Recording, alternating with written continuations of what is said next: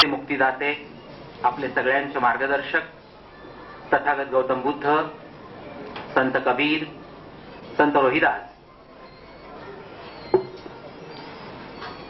छत्रपती शिवाजी राजे, महात्मा ज्योतिराव फुले, राजर्षी शाहू महाराज, बाबासाहेब आंबेडकर, साहित्यरत्न अण्णाभाऊ साठे, कामगार चळवळीचे जनक नारायण मेघाजी लोखंडे, राष्ट्रमाता जिजाऊ, 18व्या शतकातली संपूर्ण भारतातली सर्वश्रेष्ठ प्रशासक म्हणून ज्यांचा गौरव इतिहासकारांनी केला त्या अहिल्याबाई होळकर, ज्ञानज्योती सावित्रीबाई फुले, सावित्रीबाईंच्या सहकारी पहिल्या शिक्षिका फातिमा शेख, महाराष्ट्रातल्या किंवा भारतातल्याच नव्हे तर संपूर्ण जगातल्या पहिल्या स्त्रीवादी लेखिका ताराबाई शिंदे, मुक्ता साळवे आणि मातोश्री रमाबाई आंबेडकर या साऱ्यांच्या क्रांतिकारी चळवळींना, प्रेरणादायी विचारांना आणि अत्यंत हृद्य अशा स्मृतींना विनम्र अभिवादन करतो, वंदन करतो. शिवरायांच्या 374व्या जयंतीच्या निमित्तानं आमच्या मित्रांनी हा प्रचंड मोठा समारोह आयोजित करून जी उपक्रमशीलता दाखवली त्याचा झालेला आनंद मी सर्वप्रथम प्रकट करतो आणि संयोजकांना, या विश्वस्त संस्थेच्या सर्व मान्यवर पदाधिकाऱ्यांना, कार्यकर्त्यांना मनापासून धन्यवाद देतो. आपण सारे प्रचंड संख्येने आज या ठिकाणी उपस्थित झालात. आपलं सगळ्यांचंही मनापासून आभार मानतो, आपल्याविषयीची कृतज्ञता व्यक्त करतो. भावानंद बहिणीनो, सन्माननीय संयोजकांनी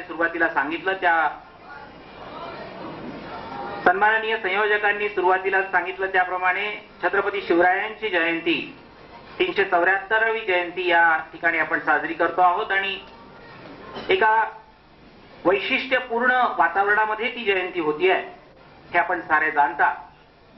कारण 5 जानेवारीला पुण्यामध्ये भांडारकर प्राच्य विद्या शिक्षण संस्थेवर जो मराठा सेवा संघ प्रणित संभाजी ब्रिगेडच्या 72 तरुण कार्यकर्त्यांनी हल्ला केला, त्यानंतर ज्या प्रकारची प्रसिद्धी माध्यमांनी या सगळ्या विषयाच्या बद्दल प्रचंड अशा प्रकारची लेखणी झिजवली, त्या सगळ्यातनं एक कुतूहल, जिज्ञासा, वातावरण निर्मिती मोठ्या प्रमाणात झालेली आहे हे आपण जाणता. आणि अशा वेळेला नेमकं जेम्स लेननी काय म्हटलेलं आहे, त्याचे हे जे समर्थक आहेत ते नेमके कोण आहेत, त्यांना आपण राष्ट्रद्रोही अशा गंभीर गुन्ह्याखाली, आरोपाखाली संबोधतो आहोत, तेव्हा नेमकं त्यांचा गुन्हा काय प्रकारचा आहे हे सारं एकीकडे आपल्याला मांडायचंय, सिद्ध करायचंय, पुराव्याच्या आधारे त्याची चर्चा करायची आहे. आणि दुसरीकडे आपण जे फुले आंबेडकरी नजरेनं शिवाजीराजांकडे पाहतो, त्यांची जयंती करतो, त्या समतावादी राजाचं, त्या शिवाजी महाराजांचं नेमकं योगदान, नेमकं स्वरूप जे आजवर बरंचसं अंधारात राहिलं किंवा ठेवलं गेलं ते काय आहे, अशा 2 पातळ्यांवर आजची चर्चा आपण इथे आयोजित केली आहे. आणि म्हणून मी भाषणाची सुरुवात करताना 3 प्रश्न आणि 4 मिथकं याच्या बाबतीमध्ये आपल्या समोर सांगू इच्छितो. पहिला प्रश्न या निमित्तानं आपण उपस्थित केला पाहिजे तो हा की शिवाजी राजांवर मराठी भाषेमध्ये छापलं गेलेलं पहिलं पुस्तक कोणतं आहे. हे प्रश्न जाणीवपूर्वक मी विचारतोय कारण त्याची उत्तरं आपण लोकांना विचारली तर आपल्याला जी चर्चा घडवायची आहे ती घडवता येईल. प्रश्न पहिला, शिवाजी महाराजांवर मराठी भाषेत छापलं गेलेलं पहिलं पुस्तक कोणतं. प्रश्न दुसरा, रायगडवरची शिवाजी महाराज. मोबाईल धारकांना पुन्हा एकदा विनम्र विनंती आहे की त्यांनी खरंच ते बंद करावेत. दुसरा प्रश्न, रायगडवरची शिवाजी महाराजांची समाधी पहिल्यांदा कुणी शोधली, ती स्वच्छ कुणी केली, तिथे दिवाबत्ती कुणी केली आणि त्या समाधीची डागडुजी कुणी केली. आणि प्रश्न क्रमांक 3, शिवाजी महाराजांची सार्वजनिक जयंती भारतामध्ये पहिल्यांदा कुणी केली आणि केव्हा केली. या 3 प्रश्नांची चर्चा आपण करणार आहोत. आणि त्याचबरोबर 4 मिथकं जी गेली अनेक वर्ष आपल्या समाजामध्ये पसरवून देण्यात आलेली आहेत, ज्याची चर्चा आपल्याला करणं गरजेचं आहे. पहिलं मिथक, शिवाजी महाराज हे गोप ब्राह्मण प्रतिपालक होते का. दुसरं मिथक, शिवाजी महाराज हे रामदासांसारखा गुरु मिळाल्यामुळे तयार झाले, घडले, उदयाला आले आणि अत्यंत संपन्न राजा अशा प्रकारचं जीवन जगले, हे खरं आहे का. तिसरं मिथक, अत्यंत ठोसपणानं आपण या मिथकांना भिडूया आणि म्हणून शिवाजी राजे सांगितलं जातं तसं मुसलमान विरोधी मुस्लिमांचा द्वेष करणारे किंवा मुस्लिमांच्या विरोधात उभे राहणारे अशा प्रकारचे राजे होते का? भावानंद बहिणींनो, यासारख्या प्रश्नांकडे, यासारख्या मिथकांकडे आपण जात असताना मग आपल्या समोर आणखीन एक ठोस पद्धतीनं आपल्याला प्रश्न उपस्थित करावा लागतो आणि तोही पुन्हा शिवाजी राजांच्या संदर्भातला असतो. तो शिवाजी राजे हे फक्त एक संस्थानिक, एक छत्रपती, एक महाराज या अर्थानं पराक्रम करणारे राजे होते का त्या पलीकडे जाऊन ते समतावादी अशी काही एक भूमिका घेऊन जगलेले या देशातले आगळे वेगळे अशा प्रकारचे छत्रपती, आगळे वेगळे अशा प्रकारचे राजे, अशा प्रकारचे प्रशासक, अशा प्रकारचे राज्यकर्ते होते का? भावानंद बहिणींनो, आपण प्रश्नाला सुरुवात करणारा एका गोष्टीकडे जाऊया. मला ही गोष्ट नेहमी आवडते आणि म्हणून मी माझ्या भाषणांमध्ये अनेक वार ती सांगितलेली आहे, आपल्यापैकी अनेकांनी ती ऐकलेली आहे, परंतु आजच्या या भाषणाच्या निमित्तानं आपण मला पुन्हा ती सांगायची परवानगी द्या. गोष्ट अगदी छोटीशी आहे, उद्बोधक आहे. एकदा एक सिंह आणि एक माणूस या दोघांमध्ये म्हणे भांडण झालं, कोण श्रेष्ठ असतं म्हणून. स्वाभाविकच माणसाने आपली बुद्धी पणाला लावली आणि सांगितलं, बेटा तू काही कर पण शेवटी माणूसच श्रेष्ठ असतो. सिंह म्हणाला, नाही तुझं मला पटत नाही, सिंह श्रेष्ठ असतो. शेवटी ठरवायचं कसं? तेव्हा माणसानं सांगितलं, आपण एक लवाद नेमूया, आपण काहीतरी अशा प्रकारची एक व्यवस्था या ठिकाणी ठेवूया की जिच्यावरनं आपल्याला ठरवता येईल. आणि म्हणून माणसानं त्याला सांगितलं की मी तुला एक शिल्प दाखवतो, अत्यंत प्राचीन काळचं शिल्प आहे, हजारो वर्षांपूर्वीचं शिल्प आहे, ते तू बघ आणि मग सांग माणूस श्रेष्ठ असतो का सिंह श्रेष्ठ असतो. काय होतं शिल्पामध्ये? शिल्पामध्ये दाखवलेलं होतं की एक सिंह मरून पडलेला आहे, त्याला मारलंय एका माणसाने, त्याच्या पोटात सुराख ठोकलेला आहे, तो मरून पडलाय आणि त्या प्रेतावर, त्या सिंहाच्या प्रेतावर मिशीला ताव मारत माणूस उभा आहे. असं विजयी मुद्रेतलं ते शिल्प या माणसानं या सिंहाला दाखवलं आणि विचारलं, आता तुला काय वाटतं, आता तू काय म्हणतोस, सांग हे शिल्प पाहून तू काय म्हणशील. तेव्हा त्या सिंहानं त्या माणसाला दिलेलं उत्तर आपल्याला सगळ्यांना माहिती आहे. तो म्हणाला, माझ्या भावा, या शिल्पामध्ये असं दाखवलंय की माणूस हा श्रेष्ठ असतो, तो सिंहाला मारू शकतो, त्याला विजय मिळतो, पण मला एक तुला सांगितलं पाहिजे की हे शिल्प माणसाने कोरलंय म्हणून तसं दाखवलंय. ते जर सिंहाने निर्माण केलं असतं तर वेगळं दिसलं असतं. मला असं वाटतं की ही प्रतिक्रिया अत्यंत मौलिक आहे. बहुजन समाजानं या देशामध्ये हजारो वर्ष इतिहास घडवला पण लिहिला नाही. आणि ज्यांनी लिहिला, ज्यांच्याकडे लेखनाची साधनं होती आणि ज्यांनी इतरांना लिहायची, वाचायची, शिकायची बंदी घातली होती, त्यांनी तो आपल्या सोयीनं लिहिला, आपले हितसंबंध जतन करण्यासाठी लिहिला, आपल्यासाठी वापरला. याचे अत्यंत उद्बोधक आणि स्पष्ट कागदपत्रांमधले पुरावे याची 1, 2, 3, 4 चर्चा आपण करणार आहोत. परंतु ही मूलतः एकदा भूमिका लक्षात घेतली, इथल्या ब्राह्मणी व्यवस्थेनं जो इतिहास लिहिला, जो वापरला, तो नुसता इतिहास नाहीये. त्या इतिहासाच्या माध्यमातून त्यांनी तुमच्या माझ्या कपाळावर जे कोरलं हजारो वर्ष, त्याच्या आधारे त्यांना राज्य करता आलं, त्यांना सांस्कृतिक सत्ता, ज्ञानसत्ता, धर्मसत्ता, राजसत्ता, अर्थसत्ता, माध्यम सत्ता, शब्दसत्ता या साऱ्या सत्ता ताब्यात ठेवता आल्या. सुरुवातीला उल्लेख झाला बाबासाहेबांच्या वचनाचा. बाबासाहेब म्हणाले होते की जे आपला इतिहास समजून घेत नाही त्यांना वर्तमान कधीच कळत नाही आणि त्यांना इतिहास तर घडवताच येत नाही. आणि म्हणून जर इतिहास घडवायचा असेल आणि वर्तमान बदलायचं असेल तर आपल्याला इतिहास समजावून घेतला पाहिजे. आणि म्हणून शिवाजी महाराजांची जयंती आज इथे साजरी करत असताना मला अत्यंत सहर्ष आणि अत्यंत अभिमानानं आपल्याला पहिल्या प्रश्नाचं उत्तर देताना सांगायचं आहे की आपण सारे जाणता की शिवाजी महाराजांवरचं मराठी भाषेतलं पहिलं पुस्तक 1 जून 1869 ला ओरिएंटल छापखान्यामध्ये छापून प्रकाशित करणाऱ्या लेखकाचं नाव आहे महात्मा ज्योतिराव फुले. मी पुन्हा आपल्याला सांगतो, हे मराठी भाषेतलं पहिलं पुस्तक आहे. या आधी शिवाजी राजांवर एकही पुस्तक प्रकाशित झालेलं नाही मराठीमध्ये. त्याआधी शिवाजी राजांवर पोवाडे गायले गेले, शिवाजी राजांवर पोवाडे केले गेले, शिवाजी राजांवर हस्तलिखित लिहिली गेली, पण छापलं गेलेलं मराठीतलं पहिलं पुस्तक 1869 साली प्रसिद्ध झालंय आणि ते छत्रपती शिवाजी राजांच्या पोवाड्यावरचं शाहीर आहेत महात्मा ज्योतिराव फुले. 6 आणे किमतीचं हे पुस्तक आहे. 1000 ओळींचा शिवरायांचा पोवाडा महात्मा फुल्यांनी लिहिलाय. शिवाजी हा आमचा महानायक आहे. कुळवाडी भूषण पोवाडा गाणारा कोण आहे? कुळवाडी भूषण आहे. तुम्हाला माहिती आहे भूषण नावाच्या कवीनं शिवराज भूषण नावाचं काव्य लिहिलेलं होतं शिवाजी महाराजांच्याच काळामध्ये. त्यामुळे फुल्यांनी इथे श्लेष केलाय की हे शिवाजीचं चरित्र सांगणारा जो कोणी कवी आहे तो कुळवाड्यांमधला भूषण आहे आणि कुळवाड्यांचा भूषण पण आहे. भूषण शब्द दोन्ही अर्थाने आपण वापरतो आणि म्हणून राष्ट्रभूषण, समाजभूषण अशा अर्थाने तो कुळवाड्यांचाही भूषण आहे, कुळवाड्यांमधला भूषण आहे. आणि दुसरीकडे फुल्यांनी त्या भूषणनी सांगितलेलं चरित्र रद्द करण्यासाठी आम्हाला आमचं नवं, आमच्या नजरेतलं चरित्र सांगण्याची गरज आहे, ही गरज अधोरेखित केली. फुले हे जे करत होते त्याची गरज आज 2004 साली तुम्हाला आणि मला फार प्रकर्षानं जाणवते. त्याचं कारण असं की बाबासाहेब पुरंदरे, निनाद बेडेकर, गजानन भास्कर मेहेंदळे आणि आणखीन बरीच मंडळी गेली अनेक वर्ष शिवचरित्र सांगणं, शिवचरित्र लिहिणं याच्यावरच आपला उदरनिर्वाह करतायत. म्हणजे त्याच्यावर जगतायत. तो त्यांच्या पोटापाण्याचा व्यवसाय आहे. भावानंद बहिणीनो, मी आपल्याला नम्रपणाने एवढंच सांगेल, त्यांचा शिवाजी वेगळा आहे आणि तुमचा माझा शिवाजी वेगळा आहे. शिवाजी महाराजांवर खूप लिहिलं गेलेलं आहे. शिवाजी महाराजांवर असंख्य पुस्तकं आतापर्यंत आलेली आहेत. त्या पुस्तकांमधली काही निवडक पुस्तकं घेऊन आपण जरूर चर्चा करणार आहोत आणि ती चर्चा करताना आपण त्यांचा शिवाजी वेगळा कसा आणि आपला शिवाजी वेगळा कसा याच्याबद्दल बोलणार आहोत. मी दुसऱ्या प्रश्नाकडे जातो. प्रश्न क्रमांक 2 जो आहे, मी आपल्याला विचारलेला होता, शिवाजी महाराजांची रायगडवरची समाधी पहिल्यांदा कुणी शोधली, तिची डागडुजी कुणी केली, तिचा त्या ठिकाणी सांगणं करून दिवाबत्ती लावण्याचा उपक्रम कुणी सुरू केला. भावानं, या प्रश्नाचं उत्तर आहे 1869 साली रायगडवर पहिल्यांदा जाणाऱ्या माणसाचं नावही महात्मा ज्योतिराव फुले हेच आहे. ते रायगडवर 1869 साली गेले.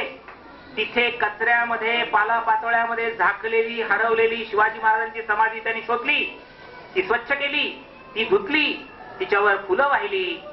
1869 सालची गोष्ट आहे. पुण्यामध्ये फुले आले आणि पुण्यामध्ये, पुण्याच्या स्वारगेटच्या जवळ असलेल्या हिराबाग नावाच्या वस्तीमध्ये, जिथे बहुजन समाजाची प्रामुख्यानं वस्ती आहे, त्या वस्तीमध्ये शिवाजी महाराजांच्या समाधीच्या डागडुजीच्या दुरुस्तीच्या संबंधामध्ये महात्मा फुल्यांनी सभा आयोजित केली. सभेचे अध्यक्ष चाफळकर स्वामी नावाचे एक ब्राह्मण ग्रस्त राहिले. महात्मा फुल्यांनी ऑर्गनाईज केलेली, आयोजित केलेली ती सभा, तिला हजारो लोक उपस्थित होते. विषय होता रायगडची शिवाजी महाराजांची समाधी. मित्रांनो, मी ही जी माहिती सांगतोय ती बाबासाहेब पुरंदरेंनी तुम्हाला सांगितलेली नाही, तुम्हाला निनाद बेडेकरांनी सांगितलेली नाही, मेहेंदळ्यांनी सांगितलेली नाही. मी ही जी माहिती सांगतोय ती ब्रिटिश पोलिसांनी नोंदवलेली माहिती सांगतोय. आणि ब्रिटिश पोलिसांना खोटं लिहायचं काहीच कारण नाही, कारण त्यांचा उदरनिर्वाह शिवचरित्रावर नाही. ते कार्यक्रमाला जातात, नोंदी करतात, गव्हर्नरला कळवतात. आता जसं या कार्यक्रमाला पोलीस आलेलेच आहेत. मोठे कार्यक्रम असले की ब्रिटिश काळापासूनची ही पद्धत आहे, तिथे जायचं, त्याचं वार्तांकन करायचं, कोण काय बोललं, काय घडलं हे सरकारला कळवायचं, कारण कायदा आणि सुव्यवस्थेचे प्रश्न निर्माण झाले तर त्याची तातडीने दखल घेता यावी.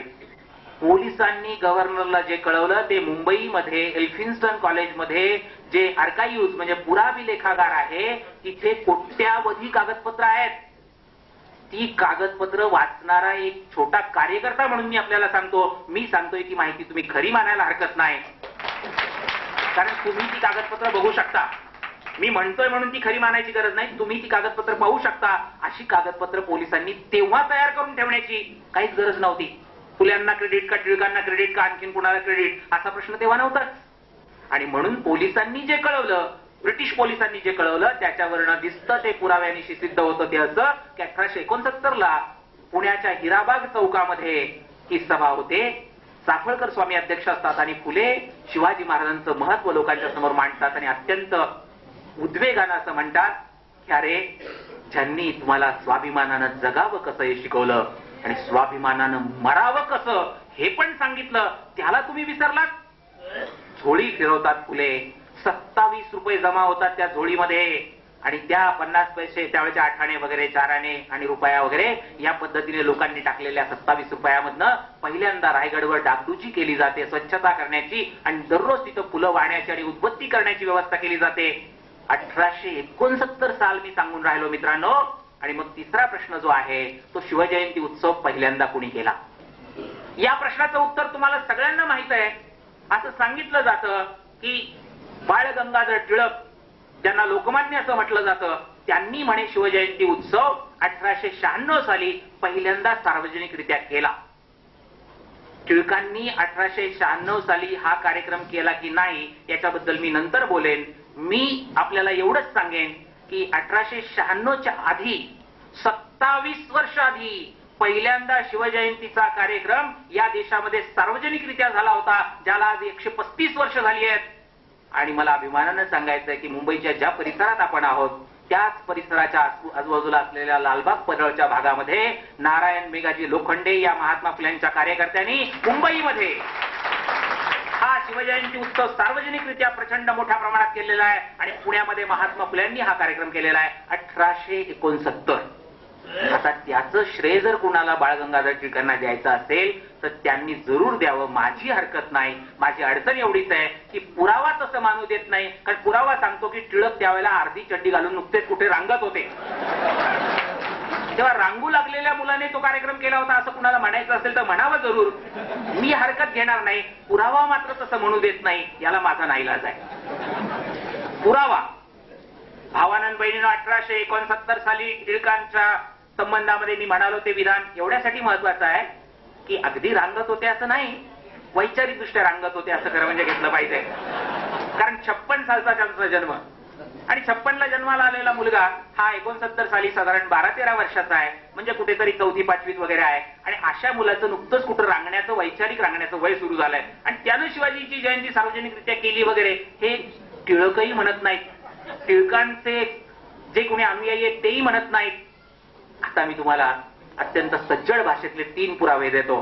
पुरावा क्रमांक 1, टिळक 1896 सालच्या शिवजयंतीच्या कार्यक्रमाला गेले ही गोष्ट खरी आहे, परंतु टिळक त्या आवाज येईल, तुम्ही जरा कृपा करून थोडं सहन करा.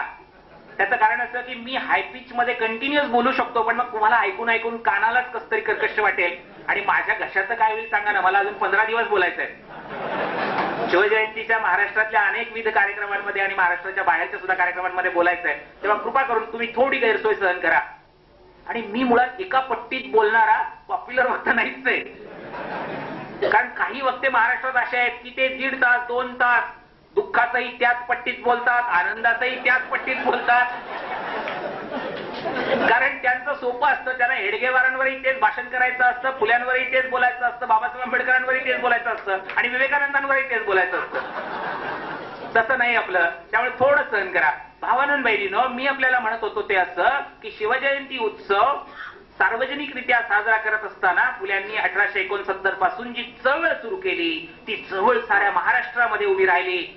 हजारोच्या संख्येने लोक त्या कार्यक्रमाला जमू लागले, प्रचंड मोठ्या प्रमाणामध्ये जागृती झाली. याचे पुरावे मी आपल्याला सांगतो म्हणालो होतो. पुरावा क्रमांक 1, 1882 साली या मुंबईच्या डोंगरीच्या तुरुंगामध्ये बाळ गंगाधर टिळक आणि गोपाळ गणेश आगरकर यांना अटकेत ठेवलेलं होतं.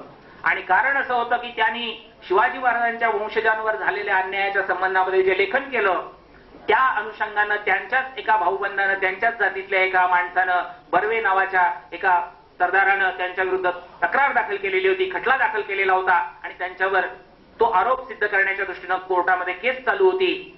भावानंद बहिणीनं 1882 सालची ही जी घटना आहे हिचा पुरावा म्हणून एवढ्यासाठी वापर करतो की शिवाजी महाराजांच्या कुटुंबियांशी संबंधित अशा प्रकारची ही केस आहे आणि टिळक आगरकर त्याच्यामध्ये आहेत. कारण टिळकांनी शिवजयंती उत्सव सुरू केला असा जर चर्चेचा मुद्दा असेल तर आपण हे पाहिलेलं बरं. पुण्यामध्ये महात्मा ज्योतिराव फुले राहत आहेत, त्यांचे सहकारी राहत आहेत आणि मुंबईमध्ये केस चालली आहे आणि टिळक आगरकरांना जामीन देण्याची गरज आहे. आणि जामीन काही किरकोळ नाहीये, त्यावेळेचे 10,000 रुपये, त्यावेळेचे 10,000 रुपये उभे करणं ही अवघड गोष्ट आहे. फुले त्यांचे कार्यकर्ते, त्यांचे सत्यशोधक समाजातले मित्र आणि सत्यशोधक समाजाचे कोषाध्यक्ष, सत्यशोधक समाजाचे खजिनदार रामशेठ बापूशेठ उरवणे यांना आज्ञा करतात. रामशेठ बापूशेठ उरवणे सत्यशोधक समाजाच्या सगळ्या कार्यकर्त्यांकडे फिरतात आणि 10,000 रुपये जमा करतात आणि टिळक आगरकरांना जामीन द्यायला. इथे एक वाक्य लक्षात ठेवा, टिळक आणि आगरकरांना आयुष्यात पहिल्यांदा तुरुंगात जावं लागलं तेव्हा त्यांना जामीन द्यायला कुणी जोशी, कुलकर्णी, देशपांडे, बेहेरे, परांजपे आला नाही. महात्मा ज्योतिराव फुले आणि रामशेठ बापूशेठ उरवणे आले जामीन द्यायला. आणि असं हरिनरके म्हणत नाही, असं केसरीमध्ये बाळ गंगाधर टिळकांनी लिहिलंय, असं केसरीमध्ये टिळकांनी लिहिलंय. की ज्योतिराव गोविंदराव फुल्यांनी सांगितले वरून रामशेठ बापूशेठ उरवणे 10,000 रुपयाचा जामीन देण्यासाठी धावत आले. भावानंद बहिणीनो, टिळक आणि आगरकरांना तुरुंगवास झाला. या खटल्यामध्ये ते पराभूत झाले, हारले. त्यांना तुरुंगात राहावं लागलं 3 महिने. 3 महिन्यानंतर ते ज्या दिवशी सुटले त्या दिवशी या मुंबई शहरामध्ये त्यांची प्रचंड मोठी मिरवणूक, विजयी मिरवणूक महात्मा फुल्यांच्या आदेशावरनं, महात्मा फुल्यांच्या आज्ञेवरनं नारायण मेघाजी लोखंडे यांनी काढली. आणि असं केसरीनं छापलंय, असं केसरीमध्ये लिहून आलंय. लोखंड्यांनी त्यांना मानपत्र दिलं, लोखंड्यांनी त्यांचा सन्मान केला, जाहीर सत्कार केला. काय म्हणतं मानपत्र जे केसरीत छापलंय? मानपत्र म्हणतं, तुम्ही शिवाजी महाराजांच्या वंशजांना जो त्रास झाला त्यासाठी हा तुरुंगवास भोगलेला आहे आणि म्हणून आम्ही सारे लोक तुमच्या पाठीशी आहोत, तुमचा सन्मान करतो. तुम्ही उद्याच्या भारताचे नेते व्हाल अशी आमची मनोदेवता आम्हाला सांगते. फक्त विनंती एवढीच आहे, एकाच ब्राह्मण जातीचं नेतृत्व करायचे आहे जी साऱ्यांचं नेतृत्व करा, तुम्ही भारताचे नेते व्हाल. टिळक आगरकरांचा आयुष्यातला पहिला सत्कार महात्मा ज्योतिराव फुल्यांच्या सांगण्यावरून नारायण मेघाजी लोखंडे यांनी मुंबईत केलेला आहे. त्यांना छापील मानपत्र दिलेलं आहे आणि ते शिवाजी महाराजांच्या वंशजांच्या संबंधातल्या एका घटनेवरून झालेल्या प्रसंगाच्या निमित्तानं. आता अशा या टिळकांनी शिवजयंती उत्सव सुरू केला असणं सहज शक्य आहे असं तुम्हाला स्वाभाविकपणे वाटणार.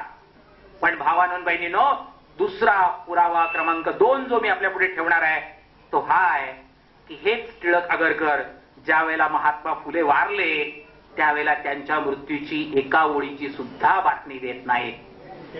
टिळक तर देत नाहीत, ते प्रतिगामीच होते, परंतु ज्यांना सुधारक आणि समाज अग्रणी असं म्हटलं जातं ते गोपाळ गणेश आगरकर त्यांच्या सुधारकात सुद्धा एका ओळीची बातमी महात्मा फुल्यांची देत नाहीत. लक्षात घ्या तुम्ही की जे रामशेठ बापूशेठ उरवणे महात्मा फुल्यांचे एक लेफ्टनंट, महात्मा फुल्यांचे एक कार्यकर्ते, ते गेले तर टिळकाने अग्रलेख लिहिला, पण फुले गेले तर त्याची बातमी सुद्धा नाही. त्याचं कारण असं की दरम्यानच्या काळामध्ये टिळक आणि आगरकर जेव्हा तरुण होते तेव्हा ते पुरोगामी होते, त्यांना मान्यतेची गरज होती, त्यांना बहुजन समाजाच्या मदतीची गरज होती. ब्राह्मणांचं नेहमीच असं असतं, ते जेव्हा तरुण असतात तेव्हा ते बरेचसे पुरोगामी असतात, बरेचसे चळवळी बरोबर असतात, बरेचसे प्रसिद्धीसाठी आणि मान्यतेसाठी आपल्यामध्ये येतात आणि एकदा ते इस्टॅब्लिश झाले की ते मग खरे ब्राह्मण होतात.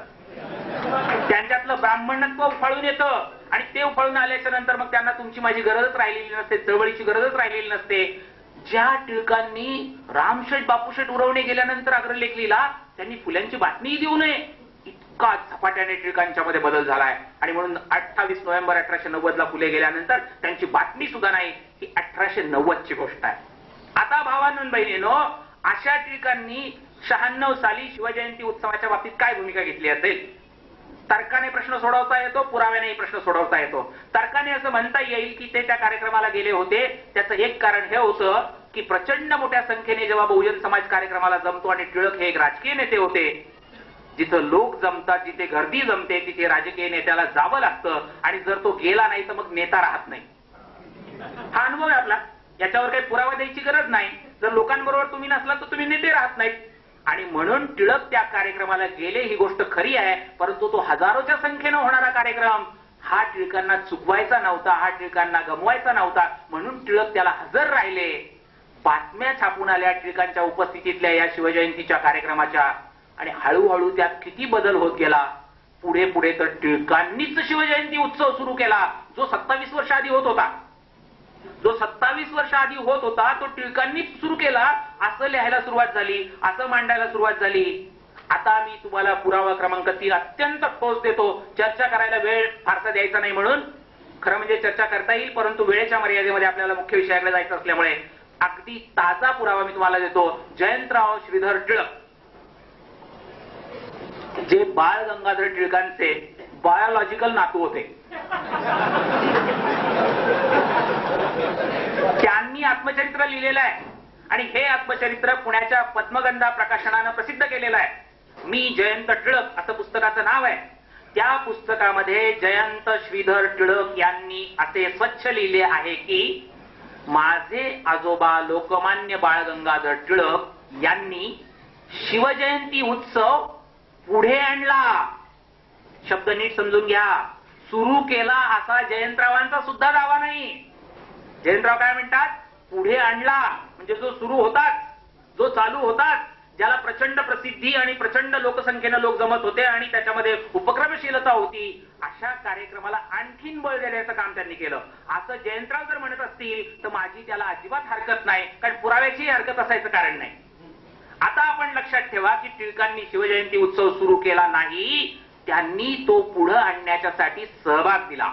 आणि याच्यासाठी मी आपल्याला नम्रपणाने असं सांगेन की आजकालच्या अनेक घटना तुम्हाला याच्यासाठी पुराव्याला घेता येतील की जसजसा लोक सहभाग वाढत जातो, लोक हळूहळू मग यायला लागतात, लोक त्याच्यामध्ये सहभागी होतात. पण याचा अर्थ त्यांनी तो सुरू केला असं त्यांच्या हातात प्रसिद्धी माध्यम असल्यामुळे, त्यांच्या हातात पुस्तकं लिहिणं असल्यामुळे, त्यांच्या हातात लेखणी असल्यामुळे त्यांनी लाख म्हटलं असेल. पण आमचे वक्ते सुद्धा बिंबीच्या देठापासून लोकमान्य बाळ गंगाधर टिळक यांनी शिवजयंती उत्सव सुरू केला.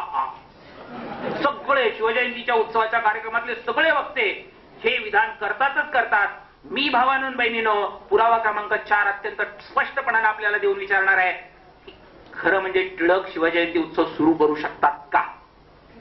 कारण पुरावा असं सांगतो की याच शिवाजी महाराजांचे वंशज राजर्षी शाहू महाराज यांच्या दरबारामध्ये जेव्हा वेदोक्त प्रकरणाचा वाद उपस्थित झाला तेव्हा शिवरायांच्या या वंशजाच्या बाबतीत टिळक काय वागले. मी माझी माहिती तुम्हाला सांगत नाही, मी केसरीमध्ये काय छापून आलंय ते सांगतो. केसरीच्या त्यावेळेला आठवड्यातनं तो 2दा निघायचा, 3 दिवसांनी हा पेपर निघायचा, त्याला वर्तमानपत्रच म्हणायचे. नंतर सुरुवातीला तो आठवड्यातनं 1दा निघायचा, मग आठवड्यातनं 2दा निघायचा आणि आता तो दररोज निघतो. भावांनो बहिणीनो केसरी त्यावेळेला आठवड्यातनं 2दा निघायचा. त्या केसरीच्या 26 ऑक्टोबर 1901 आणि 30 ऑक्टोबर 1901 या 2 अग्रलेखांचा पुरावा मी आपल्या पुढे ठेवतो.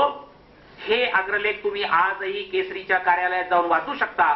जयंतराव टिळकांनी आणखीन मदत केली आपल्याला. त्यांनी समग्र टिळक नावाचे 8 खंड प्रसिद्ध केलेले आहेत, त्याच्यातही हे अग्रलेख आहेत. त्यामुळे आणखीनच सोपं काम आहे. या पुस्तकाचे खंड ज्यांच्याकडे नसतील आणि जर वाचायची इच्छा असली तर माझ्या घरी जरूर आहेत, मी आपल्याला वाचायला देईन. भावांनो बहिणीनो या अग्रलेखांमध्ये टिळकांनी जे म्हटलंय ते मी पुरावा म्हणून आपल्या पुढे ठेवतोय. ते ठेवण्यापूर्वी पार्श्वभूमी फक्त एवढीच सांगतो की वेदोक्त प्रकरण आपल्याला सगळ्यांना जरी माहित असलं तरी सभेच्या संकेताप्रमाणे विलासबाग सर म्हणले तसे काही शिष्ट मान्य संकेत आहेत आणि ते पाळले पाहिजेत. आपल्याला थोडा उजाळा आपणही आपल्या स्मरणशक्तीला द्यायचा प्रयत्न करूया. काय घडलं होतं? घडलं होतं ते असं की छत्रपती शाहू महाराज हे कोल्हापूरच्या पंचगंगा नदीवर श्रावण महिन्यामध्ये 1901 साली आंघोळीला गेलेले आहेत. आता राजा आंघोळीला गेला यात कौतुक काय? कौतुक काहीच नाही. आंघोळीला जाणं धार्मिक राजा होता, तो त्यावेळेला आंघोळीला तिथे गेलेला आहे. पण त्यानं फक्त एवढंच केलं की त्याचा जो ब्राह्मण पुरोहित आहे नारायण राजोपाध्याय त्याचं नाव, त्याला पूजा करण्यासाठी बोलावलं. महाराज आंघोळ करणार, त्याने मंत्र म्हणायचे. आता त्या पुजाऱ्याला बोलवण्याच्यासाठी ज्या ड्रायव्हरला शाहू महाराजांनी पाठवलं होतं त्या ड्रायव्हरच्या आठवणी प्रकाशित झालेल्या आहेत. त्या आठवणींमध्ये ड्रायव्हरने काय लिहिलंय ते मी सांगतो. माझ्या शब्दात मी जरा कमीच बोलणार आहे. आज असं आहे की आज आपण जरा पुराव्याच्या आणि पुस्तकांच्या आणि टिळकांच्या आणि त्या सगळ्या मंडळींच्या भाषेत बोलूया. कारण हरी नरके कोण शाणा लागून गेला, त्याला इतिहास काय कळतो आणि तो काय याच्यावर बोलणार आणि तो काय शिकवणार अक्कल, असं जर कोणाचा भ्रम असेल तर त्यांच्या माहितीसाठी आपण त्याच परिभाषेत बोललेलं जरा बरं. मी आपल्याला पुरावा सांगत होतो तो असा की तो ड्रायव्हर असं म्हणतो की शाहू महाराजांनी मला सांगितलं की भटजीला जाऊन घेऊन ये, नारायण राजोपाध्याय त्याचं नाव. त्या नारायण राजोपाध्यांची नात म्हणजे भानू अथय्या, जिला चित्रपटांमध्ये गांधी चित्रपटामध्ये नेपथ्याच्या बद्दल पुरस्कार मिळाला होता, आपल्याला माहित असेल. तर ही या घराण्यातली मंडळी. त्या नारायण राजोपाध्यायला बोलवायला हा ड्रायव्हर गेला. तो म्हणतो मी घरी गेलो, मी दरवाजा वाजवला, बाईंनी दरवाजा उघडला. मी म्हटलं महाराजांनी भटजींना पूजेसाठी बोलावलंय. बाई रागानं म्हटल्या भटजी घरात नाहीत. मी म्हटलं ते कुठे आहेत? त्या म्हणाल्या ते शेण खायला गेले. मी माझे शब्द सांगत नाही, मी त्या ड्रायव्हरचे शब्द सांगतोय. राग कुणाला आला तर त्या ड्रायव्हरशी संपर्क साधा, काय असेल तो राग तिकडे व्यक्त करा, कारण सभेच्या ठिकाणी असे शब्द वापरायचे नसतात वगैरे म्हणून. तर ड्रायव्हर म्हणतो की मला ते कळलं, कारण ते शेण खायला कुठे जायचे ते मला माहित होतं, कारण मी बऱ्याच वेळा तिथून त्यांना घेऊन आलो आणि म्हणून तो म्हणतो मी तिथं गेलो, तिथला दरवाजा वाजवला, तिथल्या बाईंनी उघडला. मी त्यांना म्हणलं भटजींना बोलावलंय, त्या म्हणल्या येतीलच. भटजी बाहेर आले, गाडीत बसले. मी त्यांना म्हटलं भटजी तुम्ही नको तिथे होतात आणि आंघोळही केलेली दिसत नाही, पारोशाने पूजा कशी करणार? तेव्हा भटजी म्हणाले मी ब्राह्मण आहे, मी एका कुंभटाची पूजा करायला चाललोय. कुंभ्याची पूजा करण्यासाठी ब्राह्मणांना आंघोळ करायची गरज नाही असं धर्मशास्त्र सांगतं. शाहू हा कुणबट राजा आहे आणि त्यामुळे त्याची पूजा करण्यासाठी मला आंघोळ करायची गरज नाही. हिंदू धर्मशास्त्र असं सांगतं की मी त्याची पूजा वेदाच्या पद्धतीने करायची असती तर मग मी आंघोळ केली असती. मी पुराणातले मंत्र म्हणून पूजा करणार आहे, त्यामुळे आंघोळ करायची गरज नाही. भावानंद बहिणीनं, मी ह्याच शब्दांमध्ये आपल्याला पुढचा प्रसंग सांगतो. भटजी गेले, मंत्र म्हणायला लागले, शाहू महाराज आंघोळ करत होते, प्रसंग संपून गेला असता. पण मुंबईत ज्या दुर्गा भागवत नावाच्या विदुषी होत्या ना, त्यांचे आजोबा होते राजाराम शास्त्री भागवत नावाचे. ते संस्कृत तज्ञ होते, ते शाहू महाराजांचे मित्र होते, ते त्यावेळेला तिथं हजर होते. त्यांनी हे मंत्र ऐकले आणि ते शाहू महाराजांना म्हटले, शाहू महाराज हा भटजी तुमची फसवणूक करतोय, तुम्ही शिवरायांचे वंशजात. मी विषयांतर केलेलं नाही बरं, मी शिवाजी महाराजांच्या बद्दलच बोलतोय. शिवजयंतीच्या कार्यक्रमामध्ये यायचं आणि आणखीन बऱ्याच विषयांवर बोलायचं, तसं मला करता येईल. करता येत नाही म्हणून मी करत नाही असं नाही, पण फुले आंबेडकरी शिस्त ती नाही हे मला माहिती आणि मी फुले आंबेडकरी कार्यकर्ता असल्यामुळे मी विषयावरच बोलणार आहे.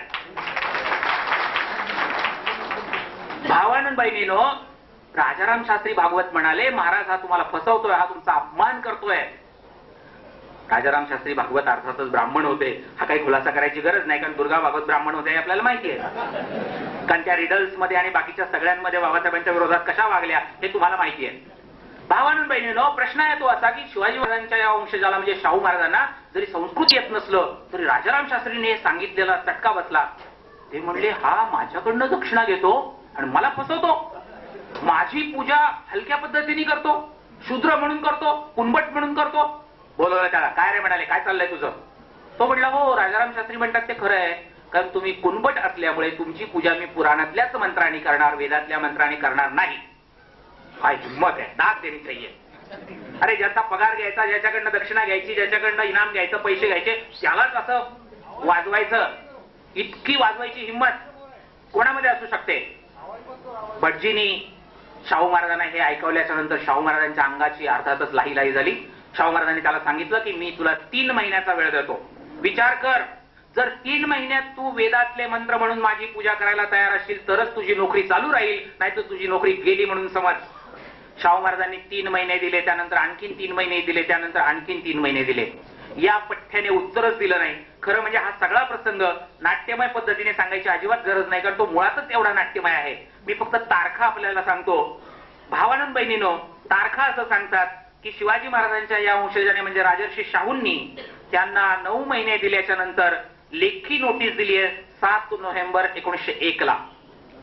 त्यानंतर दुसरी लेखी नोटीस दिली आहे 8 नोव्हेंबर 1901 ला आणि त्यानंतर तिसरी नोटीस दिली आहे 1 मे 1902 ला.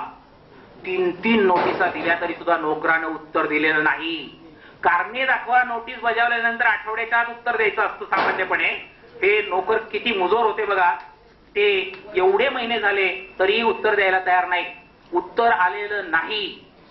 तिसरी नोटीस मिळाल्याच्या नंतर मात्र शाहू महाराजांनी ती अत्यंत कडक भाषेत दिलेली असल्यामुळे 5 मे 1902 ला राजोपाध्यांनी पहिलं उत्तर दिलं.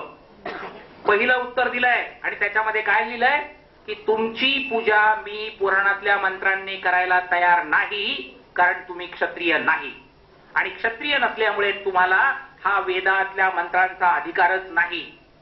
मित्रांनो, शाहू महाराजांनी हे उत्तर वाचल्याच्या नंतर शाहू महाराजांनी लगेच 6 मे 1902 ला कोल्हापूर दरबारचा लिखित निर्णय घोषित केला आणि राजोपाध्येचं वतन काढून घेतलं. त्याला नोकरीवरनं थोडक्यात कमी केलं. राजोपाध्येला शाहू महाराजांनी नोकरीतनं काढल्याच्या नंतर भडका उडाला. 5 जानेवारीला भांडारकरवर हल्ला झाल्यानंतर जसा भडका उडाला तुम्ही पाहताय सगळीकडे.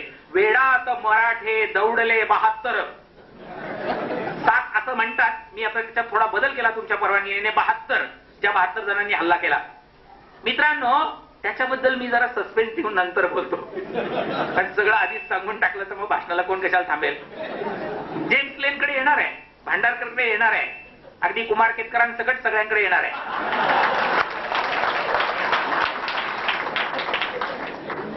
आणि तेही पुराव्यानिशी येणार आहे, व्यक्तिगत द्वेषानं नाही. भावानंद बहिणीनं, मी आपल्याला सांगत होतो ते असं की राजोपाध्येला शाहू महाराजांनी नोकरीतनं काढून टाकल्याच्या नंतर भारतातला तमाम ब्राह्मण समाज खवळलेला आहे. पण त्या आगीत तेल ओतणार मुख्य नाव जे आहे ते आहे पुण्यातलं बाळ गंगाधर टिळक यांचं.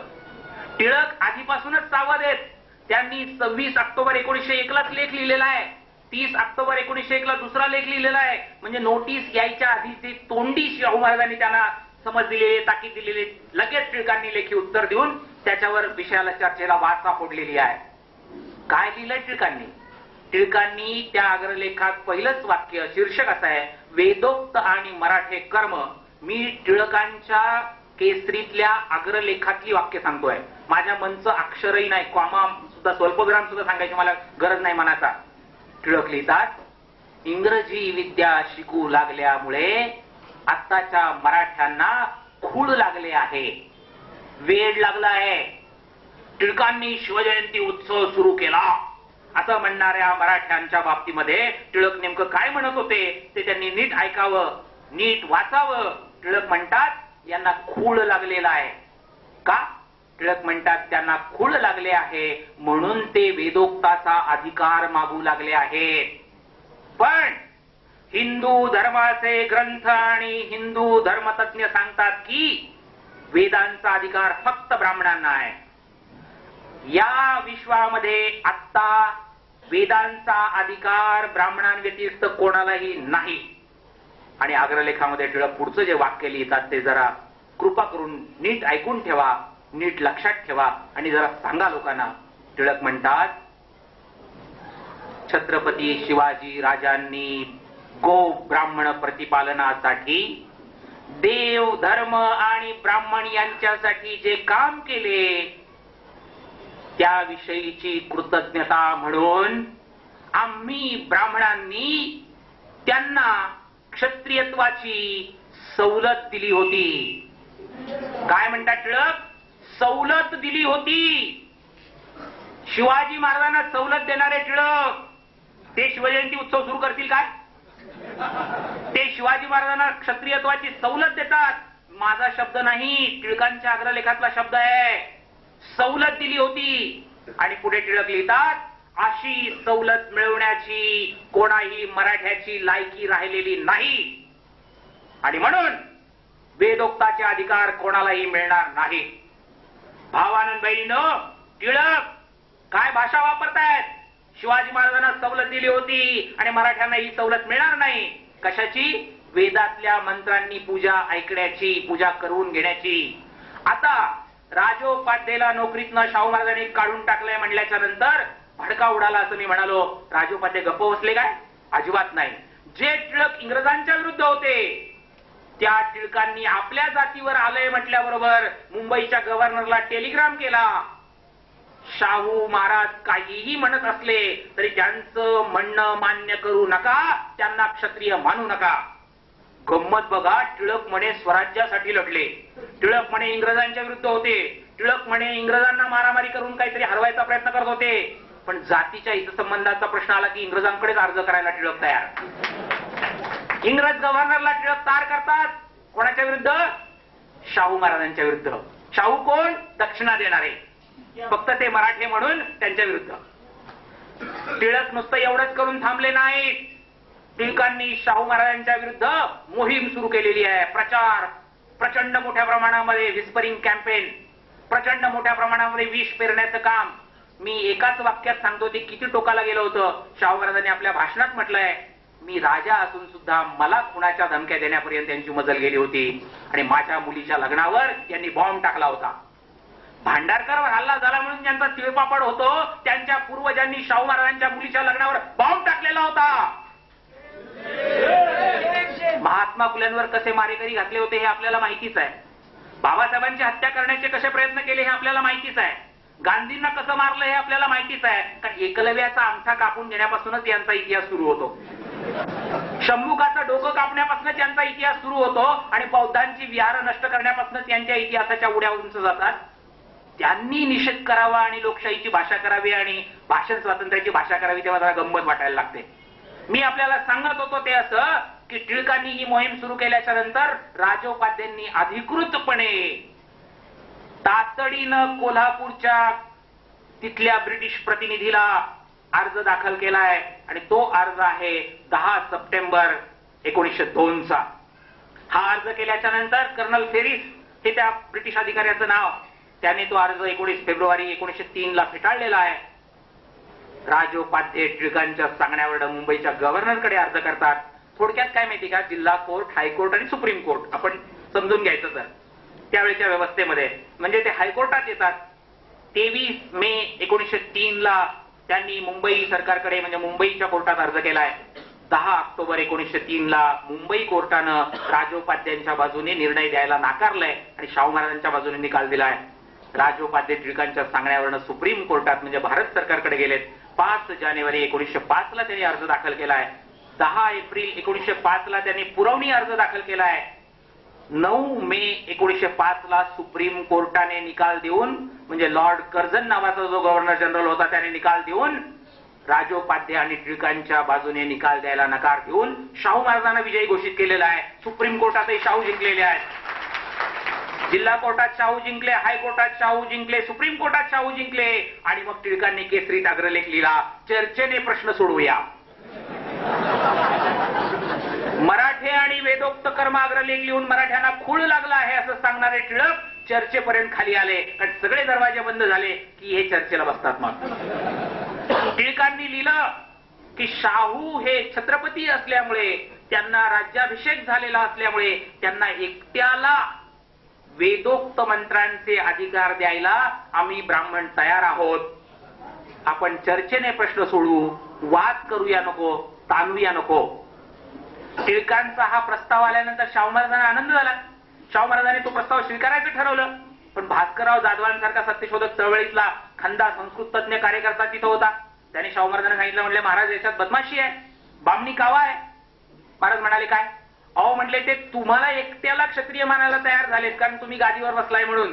तुमच्या भावाचं म्हणजे बापूसाहेब महाराजांचं काय? शाहू महाराज म्हणले विचारून घ्या, विचारून घ्या. शाहू महाराजांनी लेख लिहिला, टिळक महाराज बापूसाहेब महाराज क्षत्रिय होणार की शूद्र राहणार. टिळकांनी लेख लिहिला, बापूसाहेब शूद्रच राहणार, आमचा नाईलाज आहे, आम्ही फक्त एकट्या शाहूंना ही सवलत द्यायला तयार आहोत. मी हे वर्तमानपत्रातलं सांगून राहिलो, कुठल्या कादंबरीतलं, सिनेमातलं नाही. भावानं बहिणीनं, माझं दुःख हे आहे की आतापर्यंत आम्ही वाचू शकत नव्हतो म्हणून यांनी वाटेल ते सांगितलं आणि आम्ही ऐकून घेतलं. आता आम्ही वाचू शकतो आहोत आणि वाचत असताना काय दिसतंय, किती भीषण दिसतंय. संताप, संताप. तुम्हाला सांगतो, परवा मेधा पाटकर प्रकाशित करत असलेल्या आंदोलन नावाच्या अंकामधलं या जेम्स लेन प्रकरणातलं संपादकीय वाचलं. आणि मेधाताई, तुम्ही सुद्धा आंदोलनामध्ये, जन आंदोलनाच्या राष्ट्रीय समन्वयामध्ये तुम्ही काम करणाऱ्या आणि तुम्ही राष्ट्रीय बहुजन आणि सामाजिक चळवळीबरोबर, आदिवासींबरोबर नातं सांगणाऱ्या, तुम्ही सुद्धा असं लिहिता. संताप अशासाठी येतो की वाचून वाचून सुद्धा तो संताप जात नाही. आणि मग तो डायल्यूट करण्याच्यासाठी विलास वाघ सरांना माहिती आहे की बाळ गांगलचं वाचल्यानंतर मी किती पिसाटलो होतो. आणि बेळगाव पासून पुण्याच्या बस मधल्या प्रवासामध्ये त्यांना इतका ताप दिला होता, तासन तास बडबड बडबड त्या विषयावर करून. वाघ सर मला म्हणले, हरी तुला खरंच राग आलाय ना, तू एक काम कर, आता दत्तवाडीतल्या माझ्या घरी चल आणि तिथं बसून बाळ गांगलला काय उत्तर द्यायचं ते लिहून काढ, मी पुस्तक रूपाने छापून सुगावातर्फे प्रसिद्ध करतो. आणि त्यातून बाळ गांगलांना उत्तर दिलेलं पुस्तक महात्मा फुलेंची बदनामी एक सत्यशोधन जन्माला आलं.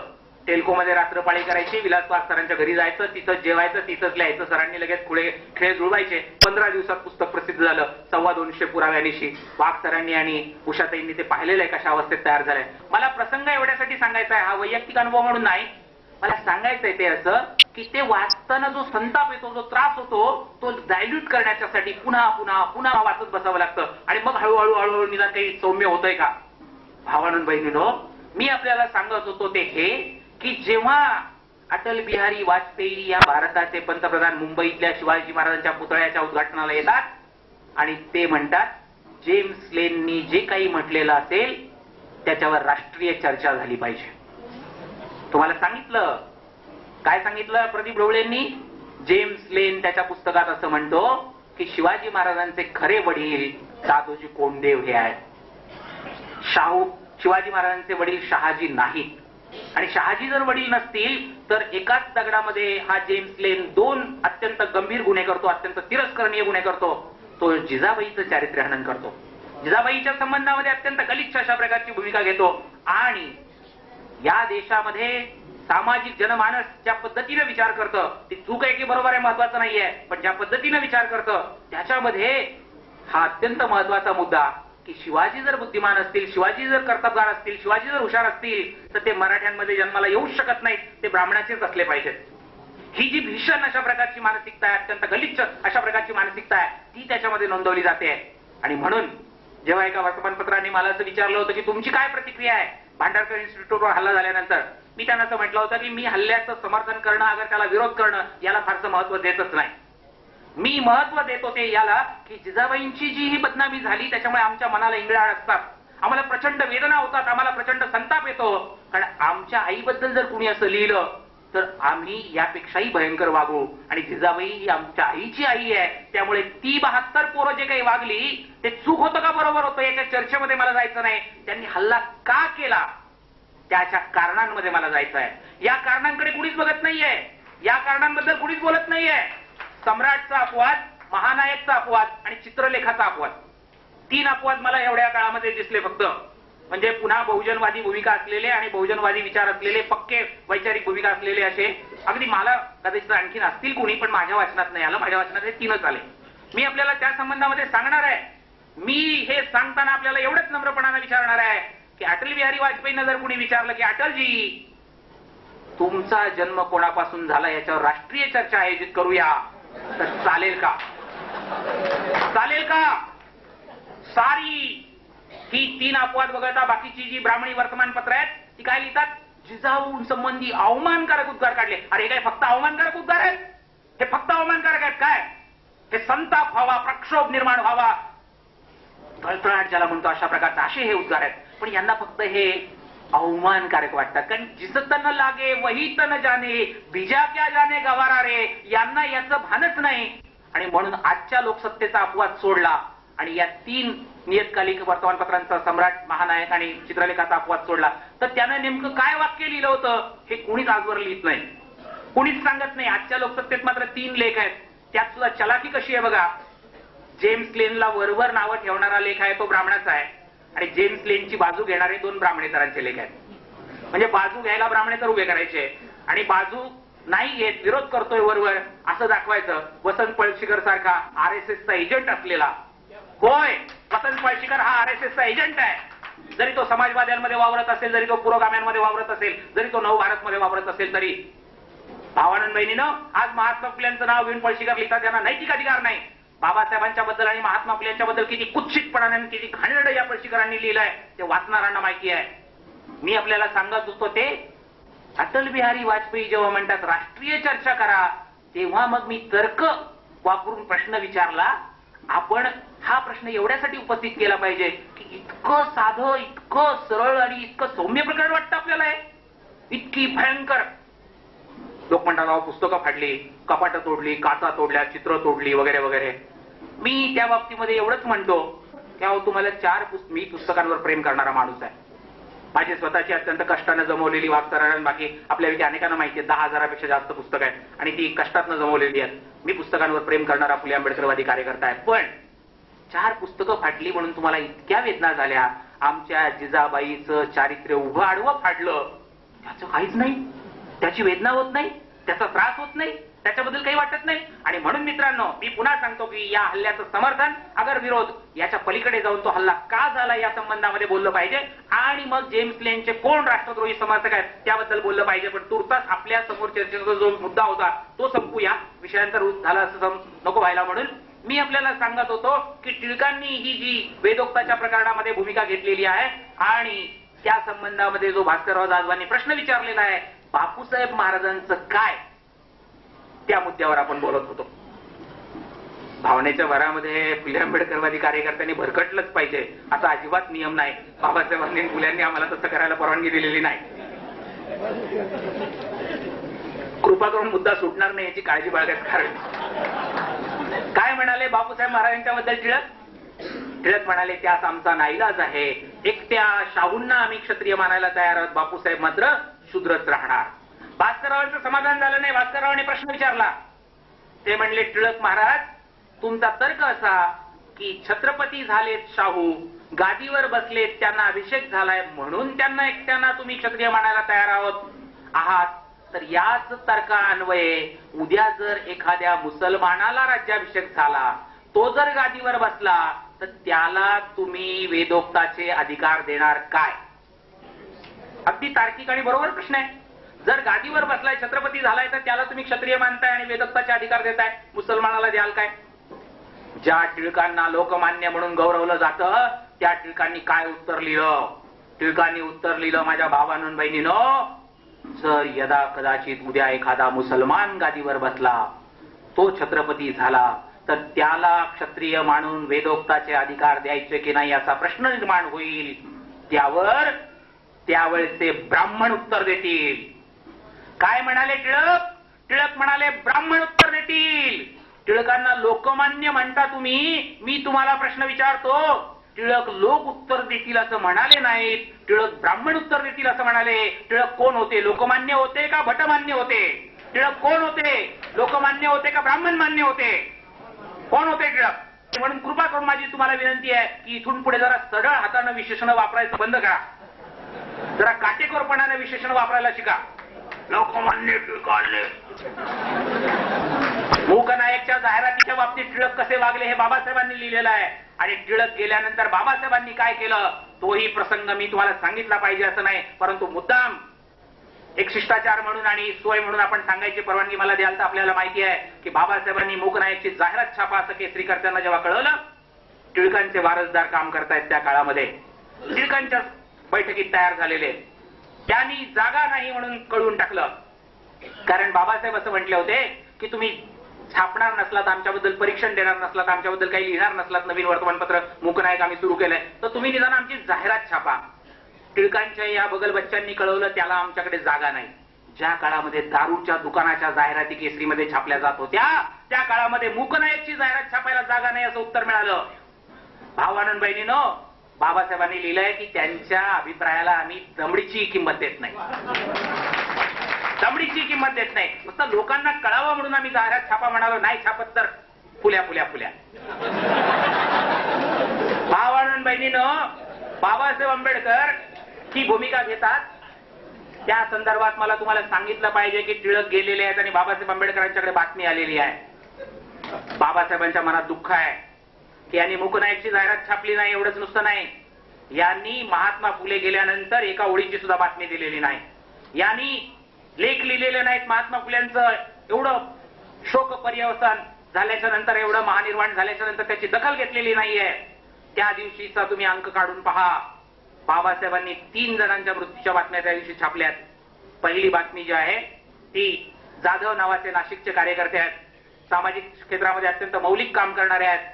बाबासाहेबांनी त्यांच्याबद्दल सविस्तर लिहिलंय. ते गेल्याच्यामुळे समाजाची किती हानी झालेली आहे आणि ते किती मोलाचं काम करत होते समाज प्रबोधनाचं, ते सगळं लिहिलंय. 22 ओळी लिहिलेल्या आहेत. नेमकं जरा तांत्रिक भाषेत बोलतो. बाबासाहेबांनी दुसरी बातमी जी दिलेली आहे, त्यावेळेला पी बाळू नावाचे क्रिकेटपटू होते. मी टी बाळू म्हणत नाहीये, पी बाळू म्हणतोय. P Balu, P. तर हे पी बाळू क्रिकेटपटू होते.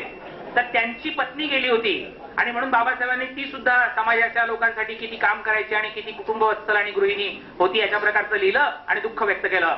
आणि बाबासाहेबांनी लिहिलं, काल रोजी मुंबई येथे पुण्याचे बाळ गंगाधर टिळक यांचे निधन झाले. फुल स्टॉप. बातमी संपली. बाबासाहेबांनी लोकमान्य म्हटलेलं नाही, बाबासाहेबांनी पुण्याचे टिळक म्हटलेलं आहे. नीट समजून घ्या. बाबासाहेब काय असे मुक्त हस्ते विशेषण उधळणारे नव्हते. पुण्याचे टिळक महाराष्ट्राचे आणि भारताचे पण नाही.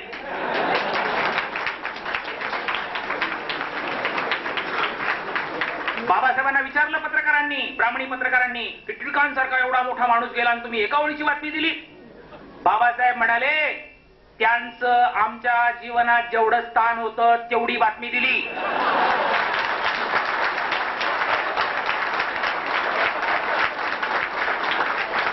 त्यांनी आमच्यासाठी एवढं सुद्धा केलेलं नव्हतं, पण तरी आम्ही बातमी दिली. कारण आम्हाला हे दाखवून द्यायचं होतं की त्यांनी फुल्यांची बातमी सुद्धा दिली नाही, आम्ही दिली आणि त्यांच्या लायकीप्रमाणे दिली. भावानंद बहिणीने बाबासाहेबांचं उदाहरण पुराव्यानिशी मी फक्त आपल्यासमोर एवढ्यासाठी ठेवलं की टिळकांच्या बद्दल वैयक्तिक द्वेषातनं माझे काही पैसे बिशे त्यांनी बुडवलेले नाही.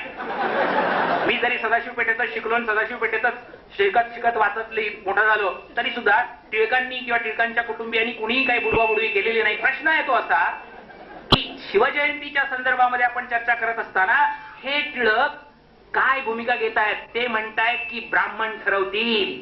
असे टिळक शिवजयंती उत्सव सुरू करू शकतात का? त्यांनी शिवजयंती उत्सव सुरू केला असेल का? ते शिवजयंतीच्या कार्यक्रमाला गेले इथपर्यंत बरोबर आहे, पण त्याची कारणमीमांसा काय? मित्रांनो, या प्रश्नाकडनं आपण पुढच्या मुद्द्याकडे जाऊया आणि थेटपणानं जाऊया, कारण वेळेचं भानही आपण ठेवलं पाहिजे. मी आपल्याला पुढच्या प्रश्नाच्या संदर्भामध्ये एवढंच सांगेन की टिळकांच्या बाबतीमध्ये आणि टिळक कंपूच्या बाबतीमध्ये अनेक पुरावे देऊन आपल्याला ही चर्चा करता येईल, परंतु ती चर्चा न करत असता आपण थेटपणानं शिवाजी महाराजांना गो ब्राह्मण प्रतिपालक म्हणून जे आपल्या कानी कपाळी ओरडून ठसवून आपल्यावर बिंबवण्यात आलेलं आहे त्याच्याबद्दल काय? विलासवाग सरांनी फार चांगलं पुस्तक अलीकडेच आनंद घोरपडे यांचं प्रकाशित केलेलं आहे, शिवछत्रपती समज आणि अपसमज. खरं म्हणजे मामा देशमुख आहेत, अनेक इतिहासकारांचा इथे कृतज्ञतेने उल्लेख केला पाहिजे. या मंडळींनी खूप चांगलं काम केलेलं आहे. मी काही मूलभूत या विषयातलं संशोधन करणारा कार्यकर्ता नाहीये. नम्रपणानं या सगळ्यांची कृतज्ञतापूर्वक नोंद करून एवढंच सांगेन की त्यांचं वाचून थोडंफार आर्काइव्ह मधलं, पुरावे लेखागारातलं आणि थोडंफार या विषयाच्या अनुषंगाने चिंतन यावरनं मी बोलतोय. मीच काहीतरी सगळं शोधून काढलंय असला भ्रम मला अजिबात पसरवायची गरज नाही भावांनो बहिणीनो. आणि म्हणून या मुद्द्याकडे जात असताना गो ब्राह्मण प्रतिपालक शिवाजी खरंच होते का, आहेत का, हे मिथक बरोबर आहे का चुकीचं आहे याची चर्चा करताना मी सुरुवात करतो या मुद्द्याने. शिवाजी महाराजांच्या जयंतीचा उल्लेख झाला की ती तारखेनुसार होते, तिथीनुसार होतीये. आपल्याला सगळ्यांना माहिती आहे की 4 वर्षापूर्वी जेव्हा विलासराव देशमुख आणि छगन भुजबळांनी त्यावेळेच्या महाराष्ट्रातल्या या नेत्यांनी आणि त्यांच्या सरकारने निर्णय घेतला की 19 फेब्रुवारीला शिवजयंती उत्सव साजरा करायचा, त्यावेळेला अनेक लोकांनी विरोध केला. त्याचं कारण असं होतं की शिवाजी महाराजांच्या खऱ्या कामाकडनं लोकांचं लक्ष जर दुसरीकडे वेधायचं असलं तर तिथीने करायचा का तारखेने करायचा, 27 साली मानायचा का 30 साली मानायचा, असल्या गोष्टींमध्येच लोकांना अडकून ठेवलं पाहिजे. त्याच्यावरच चर्चा घडवून आणली पाहिजे. म्हणजे नॉन इश्यूवर लोकांना चर्चा करायला लावायची, त्याच्यावर लोकांना भटकत ठेवायचं, म्हणजे मुख्य मुद्द्यांकडे लोक येतच नाहीत. तुम्हाला साधं सोपं सरळ खरं म्हणजे माहिती आहे की शिवाजी महाराजांच्या जन्मतारखेच्या संबंधामध्ये, जन्म दिवसाच्या संबंधामध्ये 1627 साली जन्म झाला असं मानणारा एक वर्ग आहे, 1630 साली जन्म झाला असं मानणारा एक वर्ग आहे. आता या संदर्भामध्ये महात्मा फुल्यांनी जेव्हा शिवजयंती उत्सव सुरू केला त्यावेळेला महात्मा फुल्यांना तत्कालीन जी कागदपत्र उपलब्ध होती, तत्कालीन ज्या समजुती होत्या, तत्कालीन जे काही लोकसमज होते, त्या सगळ्यांचा वापर करून घेऊन महात्मा फुल्यांनी तिथीनुसार शिवजयंती सुरू केली आणि ती 27 सालची मानून सुरू केली, हे बरोबर आहे. परंतु नंतरच्या काळामध्ये टिळक त्याच्यामध्ये आल्याच्या नंतर या विषयाच्या बाबतीत केसरीमध्ये पहिल्यांदा टिळकांनी लिहिलं ते 1900 साली, म्हणजे 104 वर्षापूर्वी. म्हणजे शिवजयंतीची तारीख आणि तिथी, शिवजयंतीचा दिवस याच्याबद्दल 104 वर्ष वाद आहे. 1900 साली पहिल्यांदा ही चर्चा सुरू झाली. आता त्याच्या तपशिलात मी जात नाही, मी फक्त एवढंच सांगतो तुम्हाला की फाल्गुन मध्ये जन्म झाला का वैशाख मध्ये जन्म झाला, 27 साली जन्म झाला का 30 साली जन्म झाला, हा मुद्दा आपण त्याच्या फार तपशिलात जाऊया नको. आपण एवढंच म्हणूया की चांगली गोष्ट अशी की 68 साली महाराष्ट्र सरकारने जी समिती नेमली होती इतिहासकारांची, त्या समितीने जो अहवाल दिला होता तो अहवाल पहिल्यांदा 2000 साली महाराष्ट्र सरकारने मान्य केला. तोपर्यंतच्या सरकारांनी तो दाबून ठेवला होता. मंडल आयोगाचा अहवाल जसा वर्षानुवर्ष पडून ठेवला होता तसाच 2000 साली हा अहवाल मान्य केला इतिहासकारांचा आणि 19 फेब्रुवारी 1630 ला शिवाजी महाराजांचा जन्म झाला अशा प्रकारची निर्णायक भूमिका शासनाने घेतली. ही घेतल्याच्या नंतर ज्यांनी आरडाओरडा करायला सुरुवात केली त्याच्यात पुढाकार घेणारे 2 जे सद्ग्रस्त होते त्यांच्याबद्दल जरा एकेका वाक्यात बोललं पाहिजे. बाबासाहेब पुरंदरेंनी असं सांगितलं की ते म्हणले तिथीप्रमाणेच आम्ही जयंती साजरी करणार. आणि गमतीचा भाग तुम्हाला माहितीये का, 68 सालच्या या समितीमध्ये बाबासाहेब पुरंदरे होते आणि तिथं मात्र त्यांनी 19 फेब्रुवारी हीच तारीख बरोबर आहे अशी भूमिका घेतली होती. म्हणजे अहवालातले बाबासाहेब पुरंदरे वेगळे आणि आताची राजकीय व्यवस्था बघून बदललेले बाबासाहेब पुरंदरे वेगळे. दुसरे एक ग्रस्त ते 68च्या समितीत नव्हते, पण ते कॅलेंडर चालवतात आणि जगाचा सगळा कालनिर्णय फक्त यांनाच कळतो असा यांचा दावा आहे. आता साळसूतपणानं वावरणाऱ्या या गावकऱ्यांना मी नम्रपणानं एवढंच विचारतो की साहेब तुम्ही म्हणता तिथीप्रमाणे शिवजयंती करा, आम्हाला अक्कल शिकवताना एवढंच करा की तुमचं कॅलेंडर 1 जानेवारीच्या ऐवजी पाडव्याला बाजारात आणा. तुमचं कॅलेंडर आधी पाडव्याला बाजारात आणा आणि मग तिथीची अक्कल आम्हाला शिकवा. म्हणजे तुम्ही धंदा करणार तारखेप्रमाणे आणि शिवजयंती करायला सांगणार तिथीप्रमाणे. काय बामणी कावा असतो बघा. म्हणजे तुमच्या पोटा पाण्याचा उद्योग तुम्ही 1 जानेवारीला कॅलेंडर बाजारात आणणार. मी म्हणत होतो ते चुकीचं आहे का? असलं चुकीचं तर इथेच सांगा. 1 जानेवारीला कॅलेंडर यांचं बाजारात येतं आणि तिथीच्या जयंतीचा आग्रह हे करतात.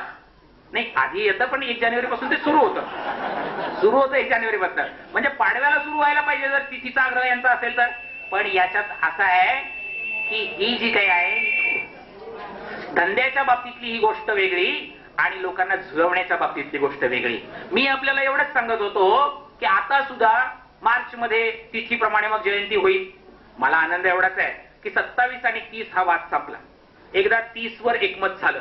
आता फक्त ते तिथीप्रमाणे की तारखेप्रमाणे. त्यात आमचा झेंडा वेगळा, आमचा शिवाजी वेगळा, आमची जयंती वेगळी असं ज्यांना कुणाला सांगायचंय ते अजूनही करतायत. मी या संदर्भात एवढंच नम्रपणाने विचारीन की यांचा शिवाजी जर वेगळा आहे तर शिवाजी महाराजांवर आणि जिजाबाईंवर एवढा प्रचंड हल्ला झाला हे गप्पच आहेत. काही बोलायला तयार नाहीत, एका शब्दानं बोलायला तयार नाहीत. यांच्या काही 4 कार्यकर्त्यांनी जाऊन म्हणे बहुलकरला काळं फासलं तर लगेच पुतण्यानं जाऊन माफी मागून मोकळा झाला. म्हणजे शिवाजी गोष्ट संबंध भूमिका काय? शिवाजी महाराजांच्या आणि जिजामातेच्या चारित्र्य आणण्याच्या बाबतीत भूमिका काय? जर तुम्ही शिवशक्तीचे आणि शिवाजी होलसेल कॉन्ट्रॅक्टर असल्याची भाषा करत असाल तर तुम्ही तसे नाही आहात हे आम्हाला माहितीच आहे. प्रश्न आहे तो शिवाजी महाराजांची भाषा करणारी या संपूर्ण प्रकरणामध्ये काही भूमिका घेतलेली नाही. नीट समजून घ्या आपण. अजूनही म्हणजे शिवाजी महाराज हे फक्त राजकारणासाठी वापरायचे आणि त्यांची बदनामी होते त्यावेळेला तुम्हाला दुःख होत नाही, त्यावेळेला तुमच्या पोटामध्ये काही कळ उठत नाही, तुमच्या बिंबीच्या देठाला काही राग येत नाही. भावानं बहिणीनं माझा मुद्दा होता तो हा की मला आनंद याचा झाला की चला निदान 30 आणि 27 याच्यातलं एकदाच 30 ठरलं तरी. आता फक्त ते तिथीप्रमाणे आणि तारखेप्रमाणे वेगवेगळं असणार आहे, हरकत नाही. मी आपल्याला नम्रपणाने एवढंच सांगेन की शिवाजी महाराजांनी एवढं प्रचंड मोठं काम करून ठेवलंय की या माणसाची जयंती दररोज जरी साजरी केली तरी उपकार फिटणार नाही, एवढं मोठं काम त्यांनी केलेलं आहे. त्यामुळे वर्षातनं 2दाच काय तुम्ही दररोज जयंती साजरी केली अर्थपूर्ण पद्धतीने मात्र केली तर. जशी आपण एका विशिष्ट विषयावर चर्चा करून उपक्रमशीलतेनं आणि लोकांना जागृत करण्यासाठी ती वापरतोय, फक्त स्पीकर लावून धांगडधिंगा करण्यासाठी आणि मस्तपैकी एकदम डामडौल करण्यासाठी, तशी केली तर मग काही उपयोग नाही. आणि तशीच होणार बघा. तिथीच्या दिवशी तुम्ही बघा काय होणार आहे, काय पद्धतीनं माणसं झिंगलेली असतात. सगळे झिंगावी तीच मुळात कल्पना. विचार करू नये हाच मुख्य मुद्दा हो. विचार केला तर अडचणच निर्माण व्हायची की. मग तुम्ही टिळकांनी सुरू केली का इथपासूनच प्रश्न विचारायला लागणार. पहिलं पुस्तक कोणतं, जयंती कोणी साजरी केली, रायगडची समाधी कोणी शोधली, गोब्राह्मण प्रतिपालक होते का, असं सगळं तुम्ही प्रश्नच विचारणार. त्यापेक्षा तुम्हाला झिंगट ठेवणं हाच मुख्य कार्यक्रम. आता भावानं बहिणीनं या पार्श्वभूमीवर मी आपल्या मिथक क्रमांक 1 कडे आपल्याला घेऊन जाणार आणि तो प्रश्न असा विचारणार की शिवाजी महाराज गोब्राह्मण प्रतिपालक आहेत असं कायम लिहिलं गेलं.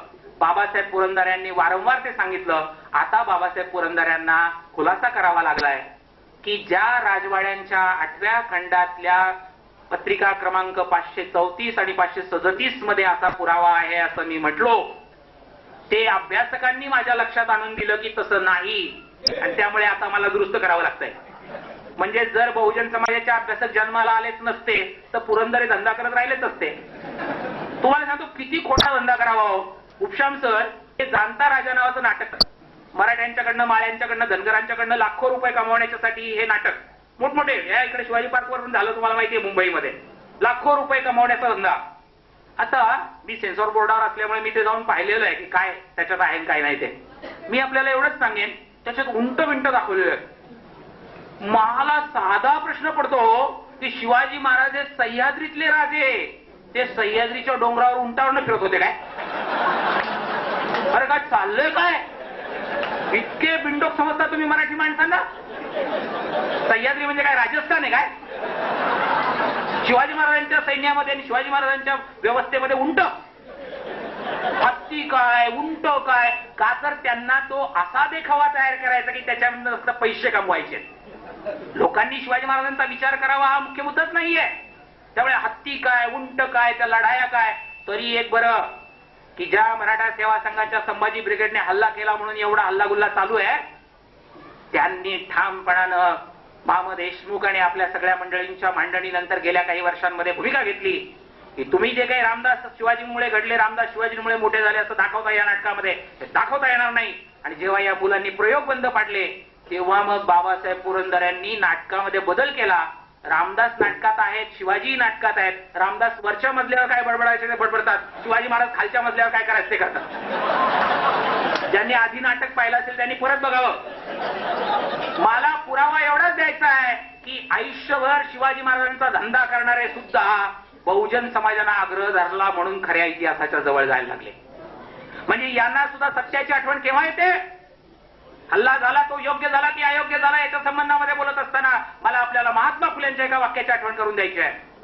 महात्मा फुल्यांनी गुलामगिरीच्या प्रस्तावनेमध्ये इंग्रजीमध्ये असं लिहिलंय, we know perfectly well that Brahmin will not descend from his self-raised high pedestal and meet his Kunbi and low caste brother on equal footing without struggle. संघर्षाशिवाय ब्राह्मण बदलतच नाही असं महात्मा फुल्यांनी लिहिलंय.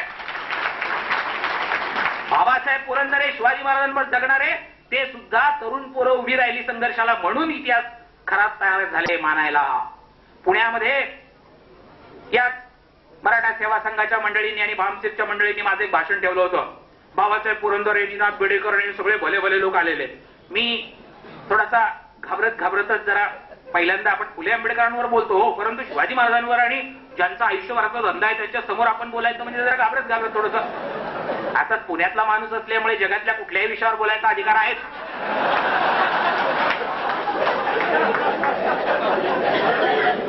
पण जेव्हा मग 1, 2, 3, 4, 5, 6, 7, 8, 9 अशी पुस्तकं, पुरावे, शेजवलकर काय म्हणतात, करंदीकर काय म्हणतात, फाटक काय म्हणतात, कारण काय माहिती का, ज्या शालेय व्यवस्थेत आम्ही तयार झालोय, ज्या विद्यापीठीय व्यवस्थेत तयार झालोय त्याच्यामध्ये कोण कोण काय काय म्हणतात ते सांगितलं की भागतं. म्हणजे आपण काय म्हणतो ते सांगायची गरजच राहत नाही. आणि त्यातल्या त्यात माझं तर कसं आहे, बीएचं पुणे विद्यापीठाचं गोल्ड मेडल, एमएचं गोल्ड मेडल, एमफिलचं गोल्ड मेडल, म्हटलं पुणे विद्यापीठाचं नाव राखलं पाहिजे ना. त्यामुळे सगळे कोण कोण काय म्हणतात असं दांडान सांगितल्यानंतर हे पुरुषोत्तम खेडेकरच होते त्या कार्यक्रमाचे अध्यक्ष, वामसेपचे वामन मेश्राम होते दुसरे वक्ते.